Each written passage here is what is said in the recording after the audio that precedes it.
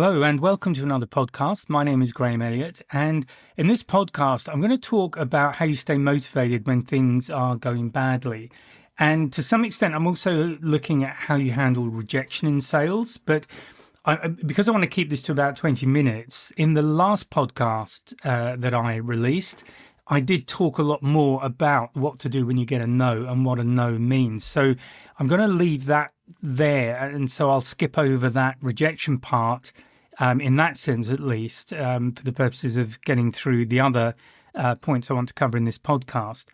Now, the chances are that if you're listening to this, you may well be struggling a little bit, or your numbers certainly aren't where they need to be, or you might be getting into one of those downward spirals where it feels like nothing you do is actually having any results. And every time you do something, you get a fail and your opportunities are dwindling, you're not getting sales, and you're really concerned about your business prospects if you are running your own business, or keeping your job if you're working for somebody else. And these are very real fears. And I think a lot of salespeople go through this in their careers. I certainly have. And it's really difficult to know where to turn. So one of the things I will say at this point, and I'm going to plug my course, Consultative Selling, because this is one of the aspects that I go through in some detail. And just going back to my experience as a sales manager, having been quite experienced as a salesperson, when I was working with the sales team, there was one I took over that had been performing quite badly. We had lots of issues. I won't go into all of those, but the bottom line is after I think it was about a year, it took me about a year to turn everything around. But and I actually put targets up because I felt some of them were too low, and all of my salespeople were hitting 100% or more. So those techniques that I use to create the environment, let's say, for that turnaround to happen is what I teach. And I'm going to share some of that with you now. So the first statistic I want to cover is that the average close rate, and this is across all industries, and that's business to business, business to consumer, is only 20%. So in other words, of sales meetings, sales discussions that happen, only 1 in 5 on average will result in a sale. So I think it's important to know that because it gives you an instant benchmark on how well you're doing. And if you feel you're struggling, but you're closing better than that, then you're actually not doing too badly. But there are always things we can do to improve what we're doing. However, if you're closing less than that, then clearly some work needs to be done. And there's always room for improvement in sales. So we're going to cover a few of those points.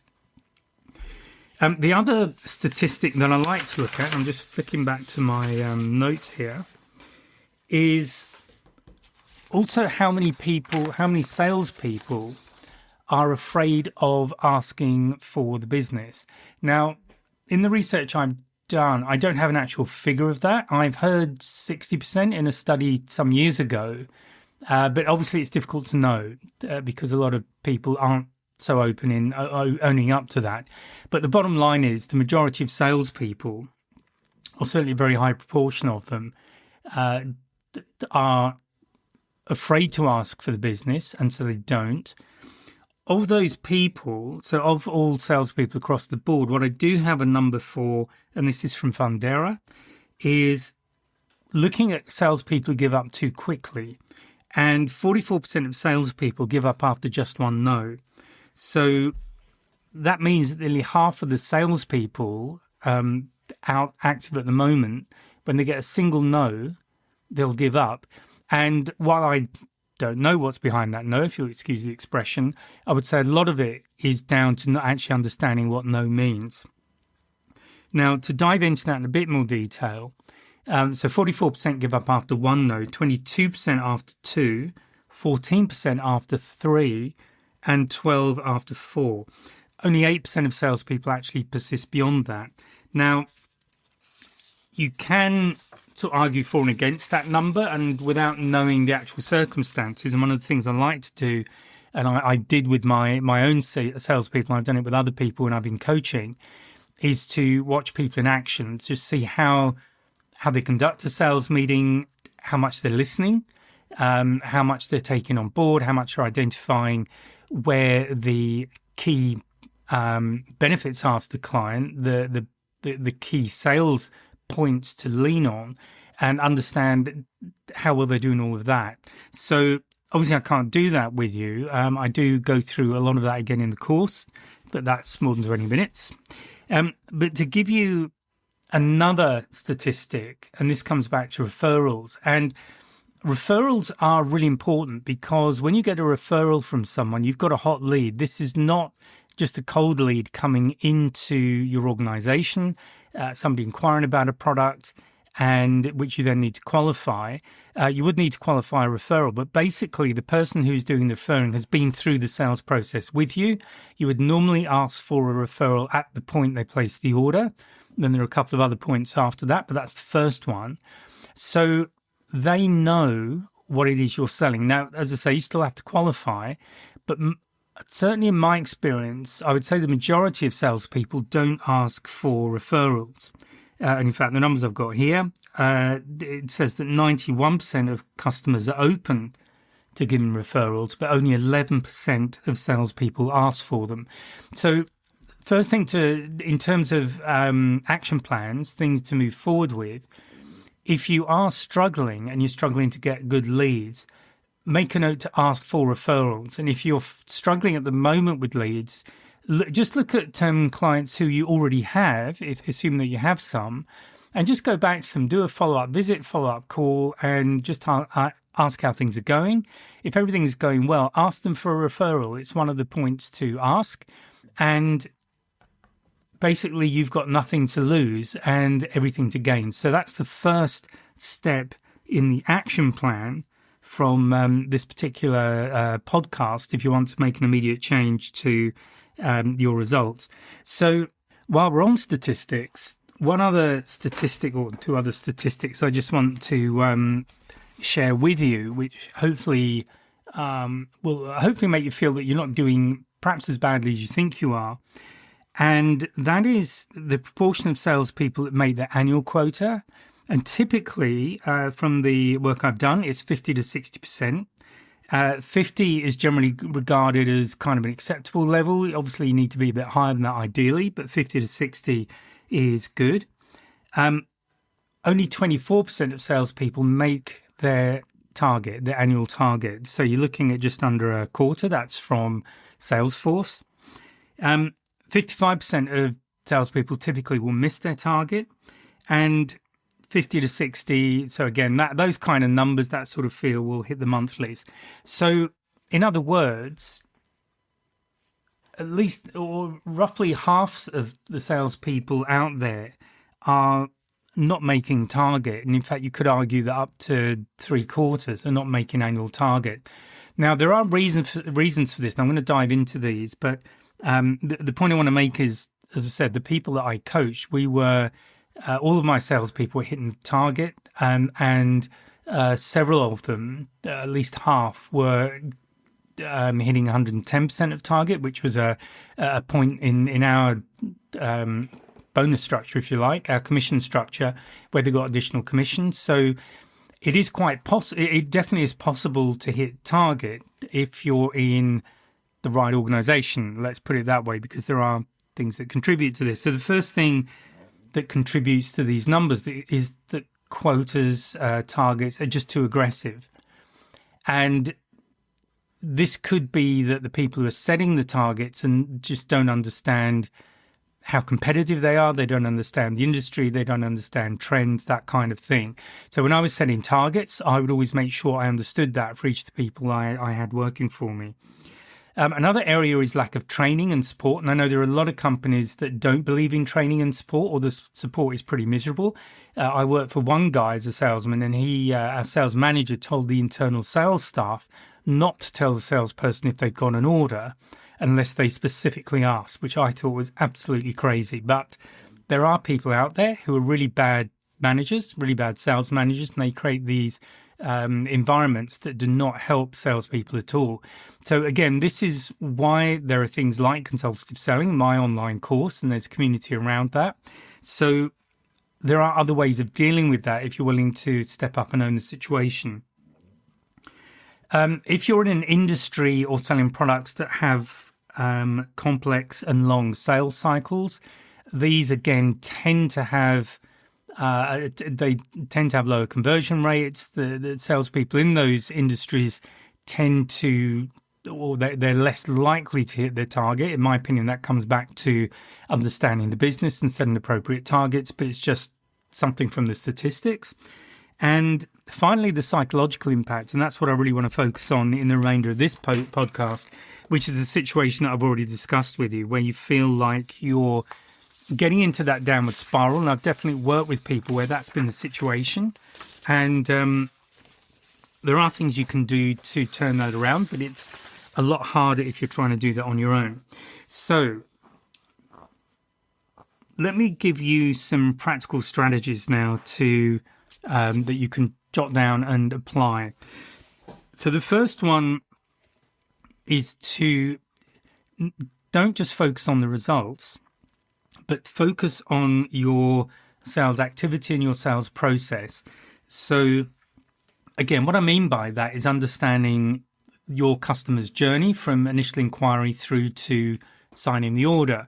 What are the steps? Are there significant steps in there? You really need to focus on each one of those in turn. And this is where knowing your numbers is so important, because you've got a real measure that you can apply, and you can see changes for better or worse, hopefully for better. So first of all, just focus on each activity in turn. So it may be your qualification process. How much time are you spending with people who are never going to buy from you? So you need to look at questions that qualify people out as much as you qualify people in, and because you want to be spending time only with the people that are likely to buy. So you really need to have that right. Debrief no's. When you get a no, or when something doesn't go well, just when you leave the meeting, spend a few minutes either in your car or sitting over, just get a cup of coffee somewhere, and just step through objectively. This isn't about beating yourself up, about making yourself wrong, doing the oh, whoa, I'm a victim, that nonsense. You don't do that. You just step back and look at it. Okay, the meeting I've just had, what could have gone better? Did I screw up anywhere? And if you own that, and the reason for doing this is it stops you doing it again next time. It's really important to learn when things go wrong. Get feedback if you can from a prospect, if there's someone that you can ask for feedback. I know you haven't, it could run along the lines of, I know you've decided not to go with us this time, but I would really appreciate it if you could give me some feedback on perhaps things I could have done better, or maybe I lost you somewhere, or just any feedback I can use to improve personally. Just try that. Some people will help you, some won't. That's just the way of it. If you have colleagues who are doing well, maybe ask if you can just follow them and go with them on a sales call, just to learn how they approach, because we all have approaches that are different. They're most effective if they sit with our personality, because we come across as more authentic, but you can always learn from other people. Where you get into healthy daily routines, so just good morning mindsets, affirmations if that works for you. Celebrate the wins, getting an appointment with someone, getting a demonstration. Celebrate those, because these are all important steps in the process. They're all steps towards getting the order. It's like being in a soccer game, for example. It's when soccer players celebrate scoring a goal. Now, it doesn't mean they've won the match, but they have achieved an important step on the journey to winning a match. So start approaching it that way. And where you can, surround yourself with positivity. Get your cheerleaders around you. Get people who will support you. Now, one of the things I want to just focus on here, if you'll bear with me a moment, so I'm just running back through my notes, and I finished up with quite a few of them. So part of it is confidence issues. This is why we don't ask for orders. So if you're one of those people who are not asking for orders or not asking for referrals, the simple thing to say is just get over it. But I'm not going to say that. The thing to recognize is this is your job. If you're in sales, your job is to ask for the order. It is to ask for referrals. So whatever reluctance or resistance you might be feeling around that, the important thing is to just feel that, acknowledge that it's there, that you've got an element of fear about it.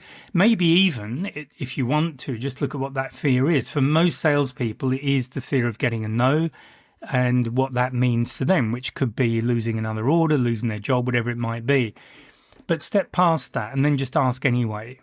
Because what's the worst that can happen? You can get a no. And I've already in the previous podcast explained what that might be about and what you can do about it. So just get real about what the no means. Don't make it personal. Use it as something you can learn from. Now, another thing that you can do if you are afraid of a no is to ask a trial close. Go for a trial close early on. And this is where you're not asking for the order out and out, but you are trying to get a yes from somebody. So it could be along the lines of, while you're having a discussion and there might be an issues come up, which you might be concerned about, but you can just use something as simple as, if we can address whatever the concern is, would you feel comfortable moving forward?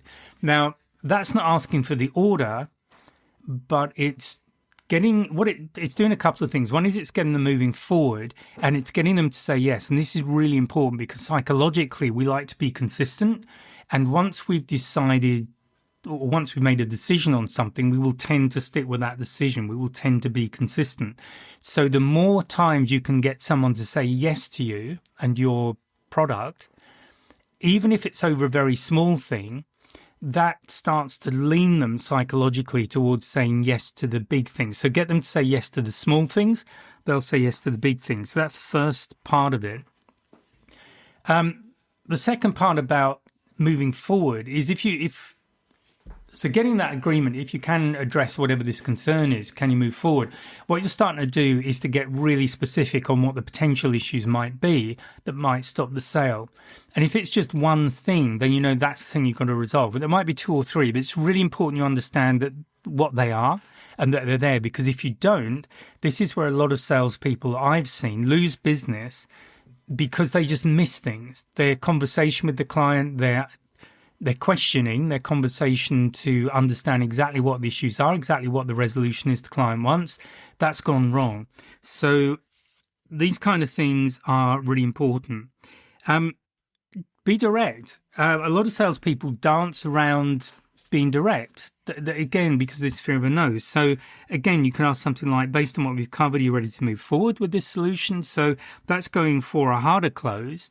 And in fact, I've given you, there's a PDF. If you go to my website, you just sign up to the mailing list and you get a free PDF, which gives you 7 closes that work. They're all soft closes or assumptive closes, and they make closing really easy. So have a look at those. And then there are some other things you can do. So maybe do a personalized email after you've had a call with somebody, whether it's a telephone call or if it's a meeting. I tend to write up a summary and send it to the client just so that we're all in agreement and have a written record, and that all goes into the CRM. So all the details of that customer, these emails will go in there, because an email is documentation.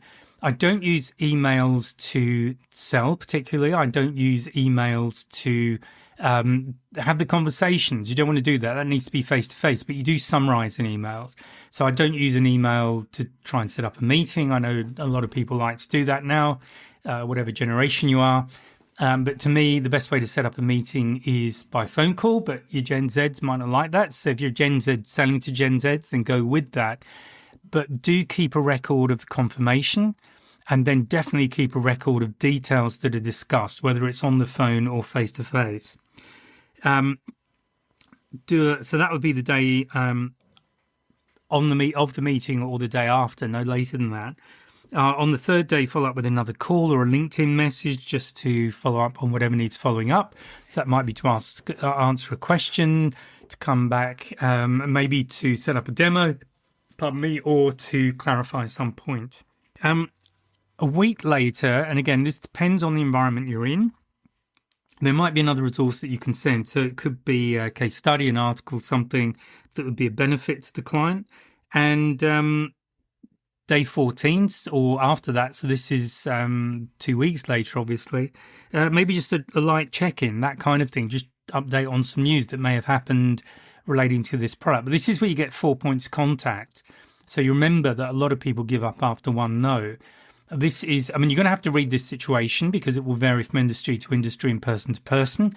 Again, with the personality types, I take you through that in the course. You can get a lot more savvy on that. But these are just methods you can use to increase your chances of getting that sale. So really, that summarizes what the primary things I wanted to cover in this in this podcast, because I don't want to go on too long. But I hope you find that useful. Do have a look at the website and the 7 ways to close, and do take down these action points. Do implement them. And of course, the online training is there. If that's something that might be of use to you, you get a chance to have a look at it. I also give a 1-year guarantee. So if you do everything in the course and you're still not getting your results, I'll give you your money back. So I'm carrying the risk on this because I genuinely believe in the techniques I'm teaching, because I know they work. I've used them for years and they definitely work. Okay, that's it from me. I hope you found that useful. Please should subscribe, share, all of that, and I'll speak to you in the next podcast. Bye for now. If you found this podcast useful and hopefully it's got you thinking, please sign up to my mailing list. There's a link in the description where you can just sign up and I'll keep you informed of what's going on. There's also a link to a free 1-hour webinar. It's an on-demand webinar, and I'll take you through 3 things you can do right now to improve your sales confidence, and that includes handling objections and closing the sale. So please check out the links and please join the mailing list, and I'll speak to you next time.